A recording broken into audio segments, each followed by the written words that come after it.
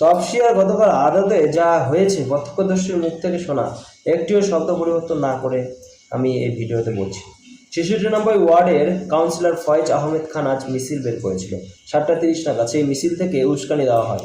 মিছিল যখন হিন্দু পাড়ার দিকে ঢোকে তখন পাল্টা মিছিলের উস্কানির প্রতিবাদে জয় শ্রীরাম ধ্বনি দেওয়া হয়। তখন বচসা হয় এবং হালকা কথা কাটাকাটি হয়।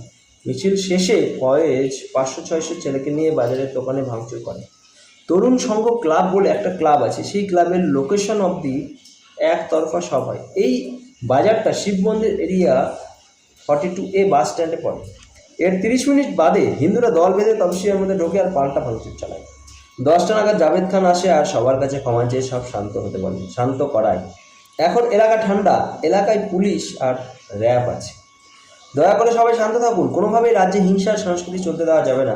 নির্বাচনে জেতার পরেও বিজেপির 3জন কর্মী মারা গিয়েছে, তবুও আমাদের হাত জোড় করে বলছি শান্ত থাকুন। আইন কেউ নিজের হাতে নেবেন না।